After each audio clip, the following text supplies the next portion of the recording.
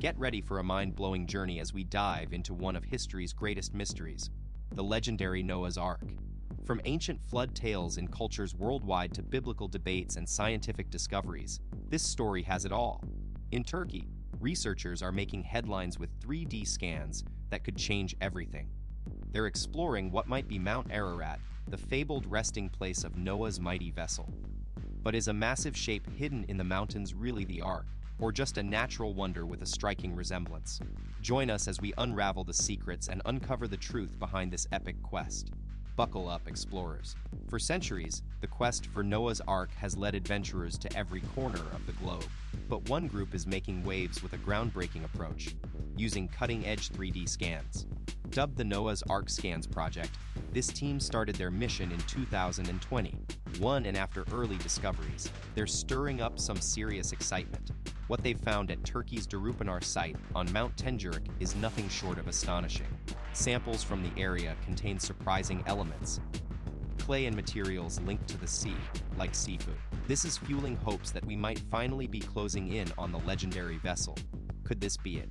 Is the elusive Noah's Ark hidden at an altitude of 16,500 feet atop Turkey's majestic Mount Ararat, its biblical twin? Let's dig deeper into the story and find out.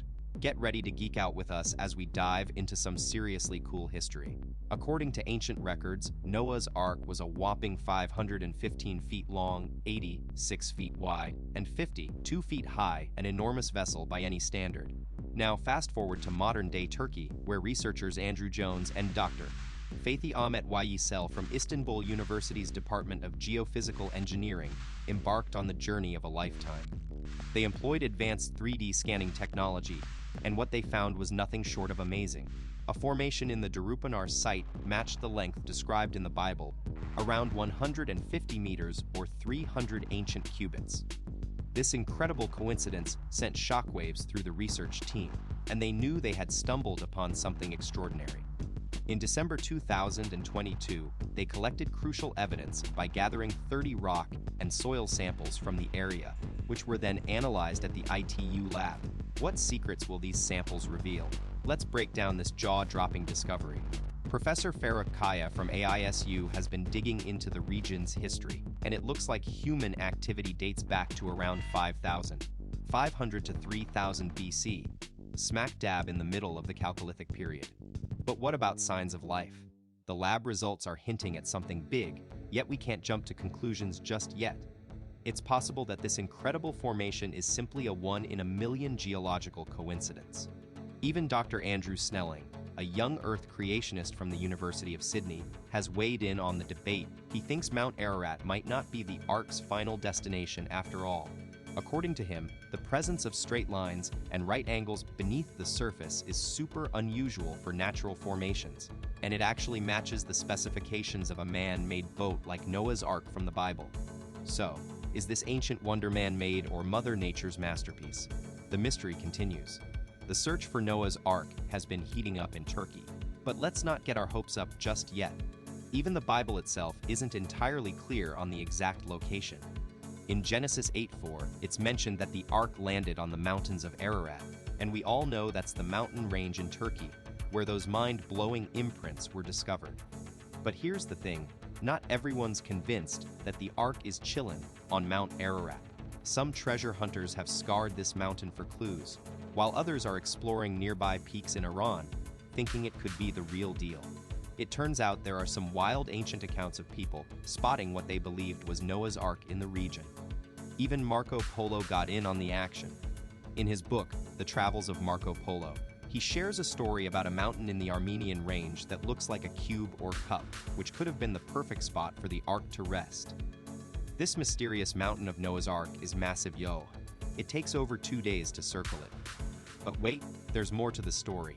Marco Polo thought he'd found a prime candidate for the Ark's resting spot. That mountain in Armenia looked like it was made for the job, with its cube-like shape and permanent snowcap.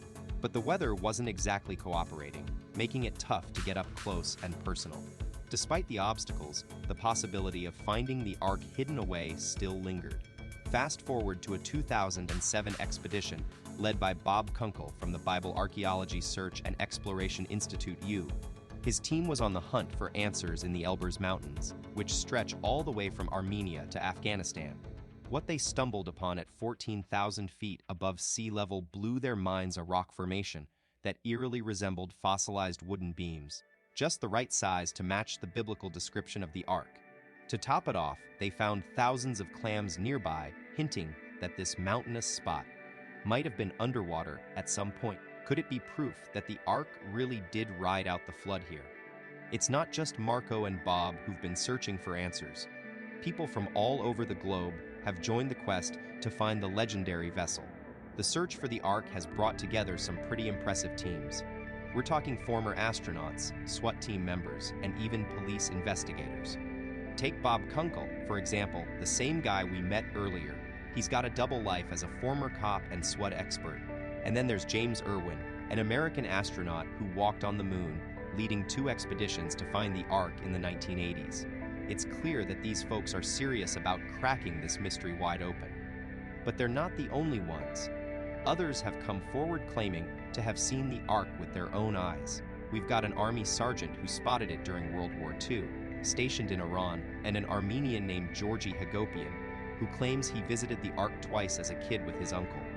The problem is, what if Uncle was just spinning a wild yarn for bedtime?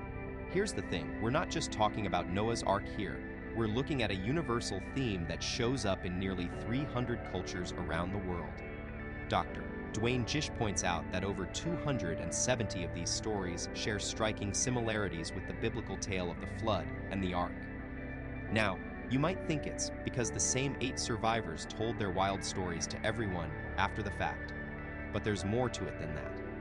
Think about this, just a couple hundred years after the flood, according to the Bible, humans built the Tower of Babel and languages got all mixed up. This meant that different versions of the story started popping up left and right as people began to tell their own unique takes on what had happened. Today, the biblical narrative is still the one most folks know, but it's clear there's a lot more to this story, or stories. Now, let's dive into the search for Noah's Ark, because we know it sounds like something straight out of a wild adventure movie. So, here's what researchers have found. While it'd be a huge stretch to expect to find any actual pieces from the Ark itself, they've been able to map out its possible resting place using some serious tech. This is huge, folks, because if we can pinpoint where the Ark could have landed, that opens up a whole new world of possibilities for discovering the truth behind one of history's most epic stories. According to the Bible, Noah built this massive boat, called the Ark at God's command, to save himself, his family, and 2 of every animal kind from a catastrophic flood. The plan was to keep everyone safe until the waters receded, after which the Ark would land on a mountain dawn. And that's exactly what's said to have happened in present-day Turkey, according to Genesis. Fast forward to 2010, a team from Namai, an evangelical Christian group based in Hong Kong, claimed they'd found what could be Noah's Ark on Mount Ararat in Turkey. They estimated the probability of this discovery being the real deal was a whopping 99.9%. In 2010, a team of 15 researchers from Namai embarked on a groundbreaking expedition to Mount Ararat in Turkey. Reaching an elevation of 13,000 feet, talk about altitude. What they found was a structure measuring up close to the massive Ark described in the Bible, and they were stoked. To further back their claim, they ran some carbon dating tests on the wood, which suggested the site was around 4,800 years old, roughly the time period when Noah's Ark is said to have existed. However, the scientific community wasn't entirely convinced, with some top experts like National Geographic explorer Eric Klein raising doubts. Initially, Klein even tried to disprove this evidence, but over time, he shifted his focus towards uncovering answers about a major flood that took place in the Black Sea region around 7,500 years ago. And let's just say it sparked quite the debate. Today, Klein is onto new digs, literally. He's now focused on excavating an ancient Canaanite palace in northern Israel, where he's made some incredible discoveries like a painted floor from 18th century BC that reveals historical connections between civilizations. It just goes to show there's always more to explore and uncover. Let's dive into this. While it's true that finding Noah's Ark itself might be a stretch, experts like Andrew Snelling believe it's not because of a lack of effort, but simply due to the timeline.